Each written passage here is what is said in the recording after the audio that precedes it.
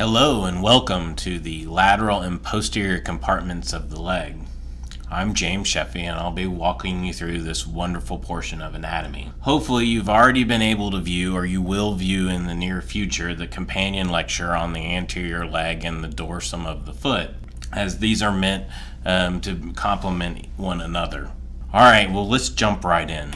As you recall from the anterior compartment lecture, the bones involved in this portion of the leg are the tibia and the fibula. They're connected by an interosseous membrane. The tibia articulates with the femoral condyles proximally. The head of the fibula only articulates with the tibia. Each has a distal projection. The tibia is called the medial malleolus, and the fibula is called the lateral malleolus. Now, in addition to this, there are various ridges and grooves and bumps, all of which serve as important landmarks for muscle attachments. And I advise that you go into the lab and view these on a skeleton, or even better yet, check out a bone box and familiarize yourself with all of these various attachment points, as you know they are tested on the practical exam. Alright, moving forward, we'll touch a little bit on the compartments. Again, this lecture is going to focus on the lateral compartment and the posterior compartment, which is further divided into the superficial and deep portions. The nice thing about learning the muscles of the leg based on their respective compartments is that in general the compartments will share a blood supply, a nerve supply, and a common function. Again, just as you already know, the primary functions of these muscles are plantar flexion, and the secondary action would be eversion or inversion, and this would be based on the distal attachment point to the foot. Alright, so we're going to take a closer look at the tendons posterior to the lateral malleolus. The muscles from the lateral compartment of the leg have tendons that course posterior to the lateral malleolus and travel on to reach their distal attachments. They pass under the fibular retinacula to reach the foot, and we'll touch a little bit more on that in the next slide. The fibularis brevis tendon is the more anteriorly located tendon at the ankle, and its distal attachment is close to the fibularis tertius, as you'll recall from the anterior compartment of the leg, at the base of the fifth metatarsal. The fibularis longus tendon is posterior to the tendon of the fibularis brevis at the ankle, and it crosses the sole of the foot to reach its distal attachment on the base of the first metatarsal and the medial cuneiform. As promised, we'll take a bit of a closer look at the fibular retinacula. It travels over the tendons of the lateral compartment.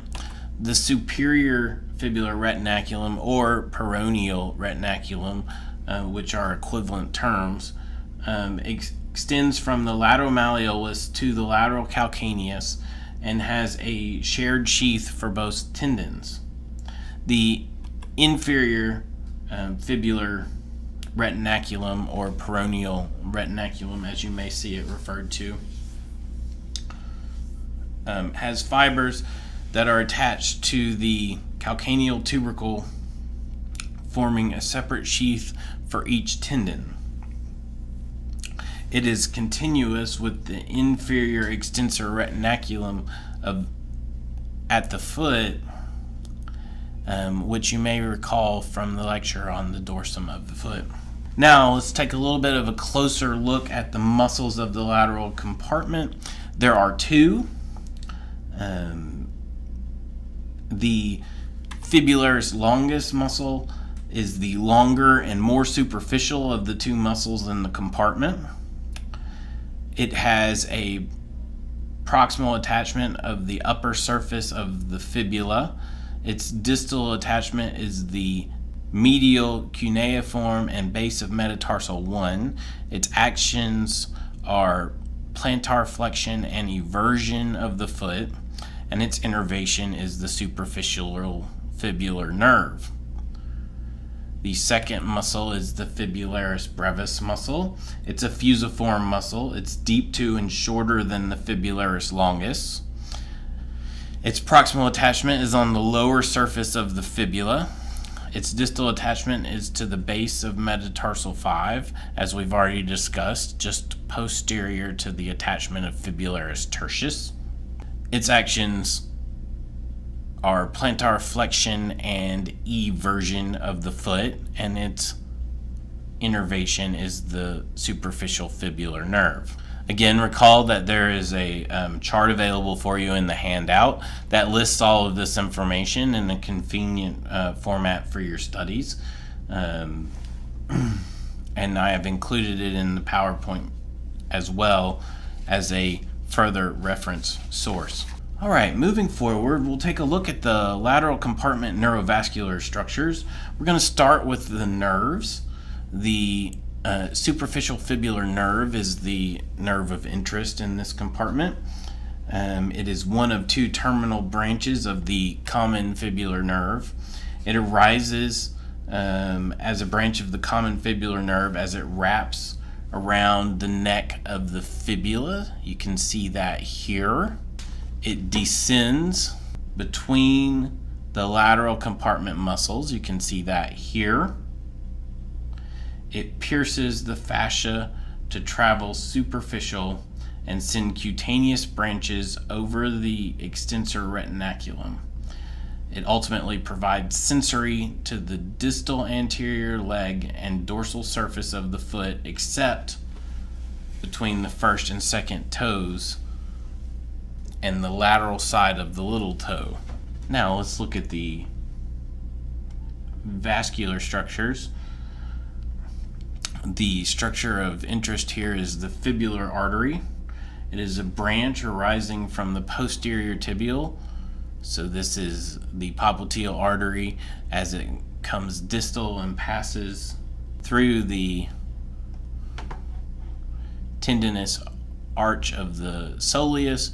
It becomes the posterior tibial artery. The posterior tibial artery then has a branch which is the fibular artery.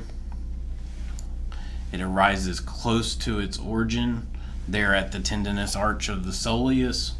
It actually descends in the posterior compartment adjacent to the posterior intermuscular septum. It runs parallel and lateral to the posterior tibial artery in this deep subcompartment. And it sends perforating branches to be the predominant vascular supply to the muscles of the lateral compartment. So just get that concept into your mind that while it is the blood supply to the lateral compartment, it does not actually reside within the lateral compartment. It is actually a deep posterior compartment structure. Right, moving forward, looking at the posterior compartment of the leg, remind you once again about the bones. This is just a different view of the same information, and again, the way you're going to learn this is to get in there in the lab, look at a skeleton, check out a bone box, and just learn all of these various muscle attachment points as they are certainly important. Again, to remind you that we're learning all of this in compartments. We're going to be looking here at the deep posterior and the superficial posterior compartments and what their muscles and neurovascular structures are. Okay, so we'll start by looking at the tendons / structures of the that are posterior to the medial malleolus. And you'll find that there is a convenient memory device that you may or may not find useful, but that I feel helps quite a bit. This Tom, Dick, and a Very Nervous Harry. It helps you to remember that the structures from anterior to posterior are tibialis posterior, flexor digitorum, posterior tibial artery and vein, and the tibial nerve, and then the flexor hallucis longus. And this is an important relationship that may help you to properly identify structures during your practical exam. Now we're going to look a little bit closer at the flexor retinaculum. It's from the medial calcaneus to the medial malleolus. It encloses tendons of the posterior compartment by turning bony grooves into separate canals for each tendon. Alright, moving forward, we'll touch on the muscles of the posterior compartment. We'll start with the superficial subportion. Obviously, the posterior compartment is subdivided into the superficial and deep by the transverse intramuscular septum. The superficial muscle group includes the gastrocnemius, the soleus, and the plantaris muscle. We'll go a little bit more in depth on each of these muscles. The gastrocnemius is the most superficial muscle in this compartment. It has two heads that attach to the respective femoral condyles and ultimately outline the inferior margin of the popliteal fossa.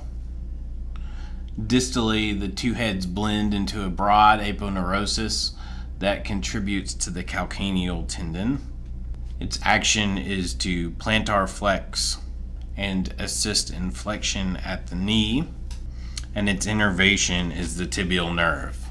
Taking a closer look at the soleus muscle is deep to the gastrocnemius muscle, with which it shares a common tendon, the calcaneal tendon, also known as the Achilles tendon.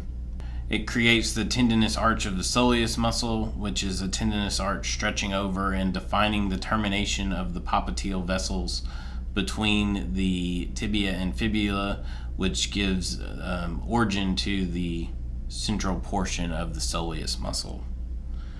The soleus has a proximal attachment of the posterior aspect of the tibia along the soleal line and the posterior aspect of the fibular head and shaft. Its distal attachment, as already mentioned, is via the calcaneal tendon to the posterior surface of the calcaneus. Its actions are to plantar flex the foot. Obviously, this one does not cross the knee, so it does not act upon the knee. And its innervation is the tibial nerve. Now taking a closer look at the plantaris muscle. Now keep in mind, this can be absent in 5 to 10% of people. It has a small belly and a long, thin tendon that courses between the gastroc and the soleus to blend into the calcaneal tendon. It's often mistaken for a nerve by new medical students and is thus called the freshman nerve. Again, its proximal attachment is superior to lateral femoral condyle. Its distal attachment is the calcaneus. It plantar flexes the foot and assists in flexion at the knee, and its innervation is the tibial nerve. Now we're going to just take a closer look at the tendinous arch of the soleus. You can see here that there is a window that is created by the soleus that allows for the passage of the neurovascular structures into their appropriate place within the posterior leg. And then again, I've provided for you as a reference the chart that is also available in your handout with the netter image references for each of these muscles within the superficial group of the posterior compartment of the leg. All right, moving forward to the deep subcompartment of the posterior compartment of the leg. We'll take a close look at each of these muscles. The first muscle is the popliteus muscle. It's a triangle-shaped muscle forming the floor of the popliteal fossa inferiorly. Its proximal attachment is the posterior surface of the proximal tibia. Its distal attachment is the lateral femoral condyle.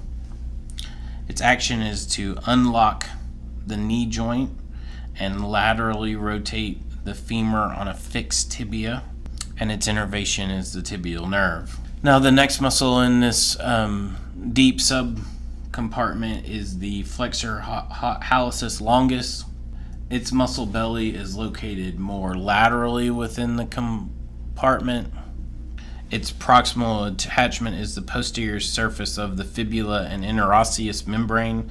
Its distal attachment is the distal phalanx of the great toe. Its action is to flex the great toe, and its innervation is the tibial nerve. Now next, within this deep subcompartment of the posterior compartment of the leg is the flexor digitorum longus muscle. Its muscle belly is more medially located. Its proximal attachment is the tibia. Its distal attachment is the distal phalanges of digits 2 through 5.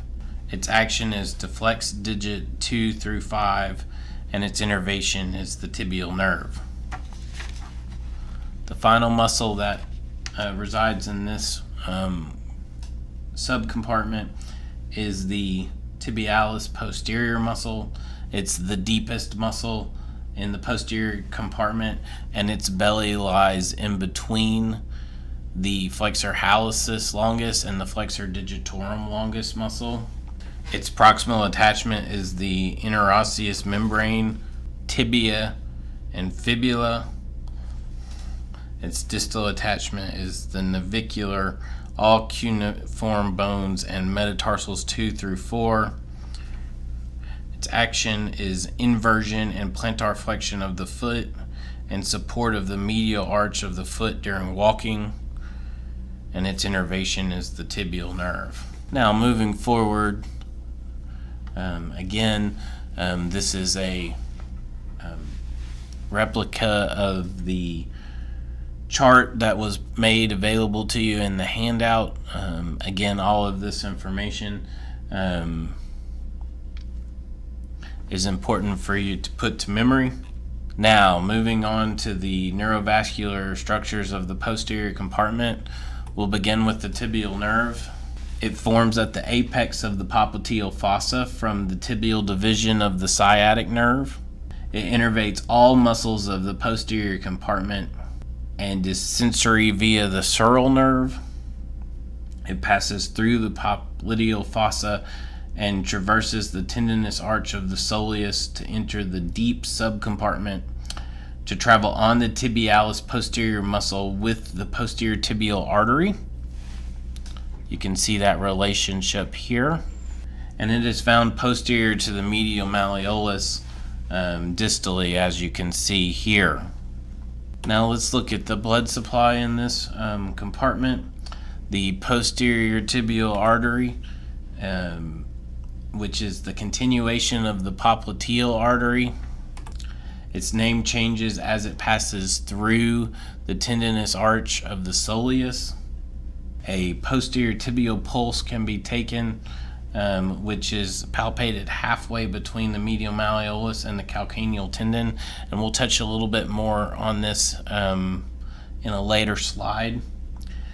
It travels on the posterior surface of the tibialis posterior muscle, where it branches into the fibular artery, and it continues distally to pass posterior to the medial malleolus, as you can see here. All right, now moving to the clinical pearls and as they apply to this region of anatomy. We'll talk first about the calcaneal tendon reflex. This reflex is elicited by a brisk hammer strike to the calcaneal tendon just proximal to the calcaneus while the leg is in a dangling position. The normal result of this tendon is plantar flexion, and this is a test for the S1 nerve root. Next clinical pearl is popliteal artery entrapment syndrome. In the general population, popliteal artery entrapment syndrome is actually quite rare, but it is interestingly caused by an anatomic malformation. It is most commonly found in young physically active males. The prevalence of popliteal artery entrapment syndrome varies through different population, but it increases in those who participate in running, soccer, football, or rugby. During embryonic development, the medial head of the gastrocnemius migrates medially and superiorly. This migration can cause structural abnormalities such as irregular positioning of the popliteal artery and can account for the rare instances of entrapment caused by the popliteus muscle. It causes claudication of the lower extremity and in a fairly uncommon demographic for that symptom, as this is generally going to be more commonly found in older individuals and particularly in smokers. Again, we'll take a look at the anatomy, as the anatomy is sort of the key to this entire syndrome. Normal anatomy is what we've just gone through, where the popliteal artery lies sort of in between the two heads of the gastrocnemius.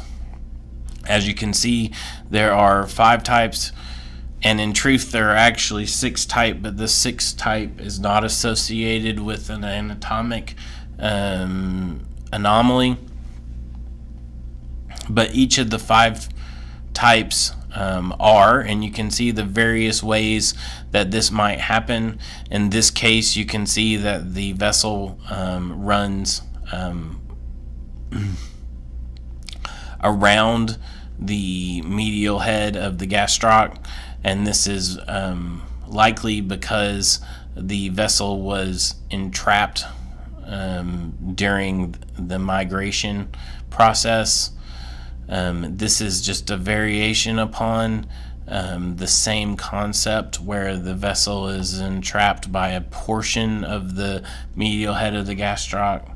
In this version, the vessel sort of travels through the medial head of the gastrocnemius, causing, in essence, an accessory head of the medial head of the gastrocnemius. In type 5, for whatever reason, the popliteus muscle travels anterior to the vessel, which can thus entrap the vessel.